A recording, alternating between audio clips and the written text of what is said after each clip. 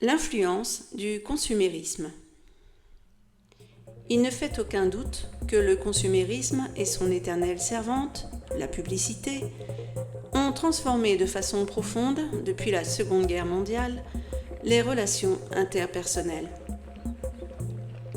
Avant tout, ils nous ont donné l'impression, trompeuse certainement, qu'il y a toujours, quelque part, mieux que ce qu'on a.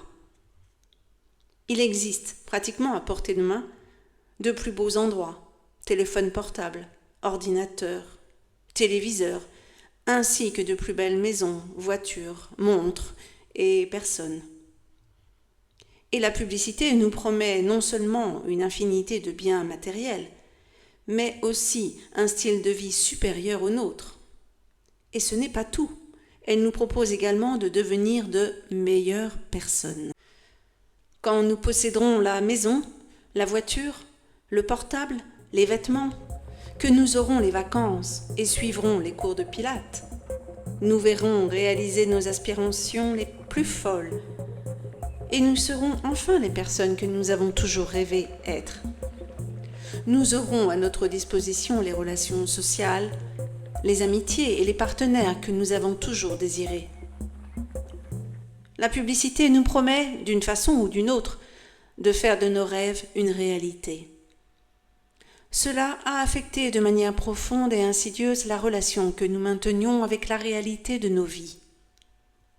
En premier lieu, la vision consommatrice du monde nous dit qu'on ne doit pas être satisfait de l'existence qu'on a.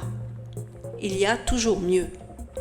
Et on pourra l'obtenir tout simplement avec de l'argent ou, si on n'en a pas, grâce à quelque chose qui peut s'acquérir très facilement, le crédit. En deuxième lieu, le consumérisme nous dit implicitement qu'on mérite cette vie meilleure par le seul fait de nourrir le rêve de l'atteindre. Les médias de masse ont réitéré cette idée du mérite jusqu'à la satiété, surtout la télévision et le cinéma américain, selon lesquels il suffit d'avoir un rêve et de s'y accrocher pour le réaliser. Comment cela a-t-il affecté nos relations interpersonnelles ? Transférée dans le domaine des relations humaines, cette vision d'un monde meilleur nous promet, de la même façon, une version améliorée de l'amour, du sexe et de l'amitié.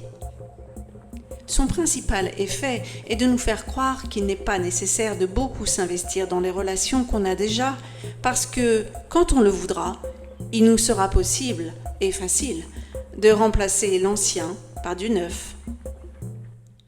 Ainsi que les objets ont une vie utile déterminée, au bout de laquelle ils deviennent obsolètes, les relations humaines possèdent aussi une durée limitée.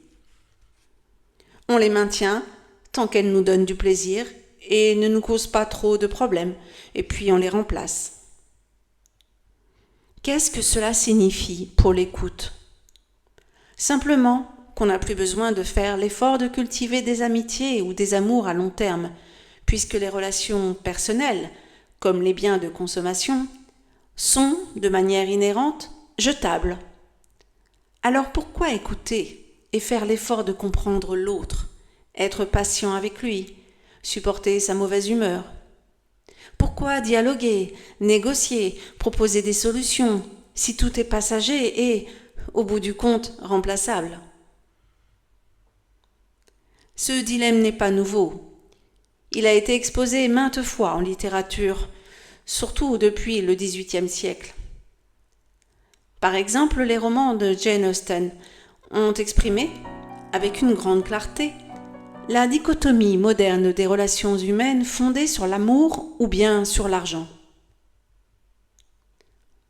Le conflit qui, chez Austen, se résout toujours, de manière heureuse, en faveur de l'amour, donne lieu, parfois pendant des années entières, à de terribles malentendus et erreurs de jugement.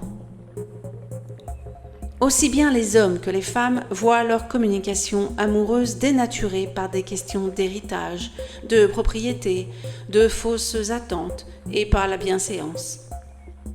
Ils ne s'écoutent pas de personne à personne. Ils doivent apprendre à aller au-delà d'une écoute pleine de préjugés pour réussir à communiquer de cœur à cœur. Leur trajectoire, jonchée d'erreurs mais finalement encourageante, préfigure notre dilemme actuel dans les relations humaines et en particulier amoureuses.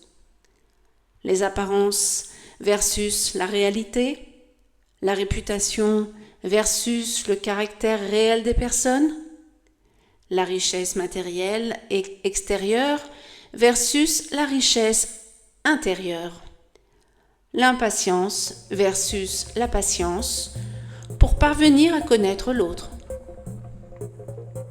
Ce sont les vieux problèmes de la cohabitation sociale, décrits depuis l'Antiquité, mais qui sont exacerbés aujourd'hui par la publicité et le consumérisme.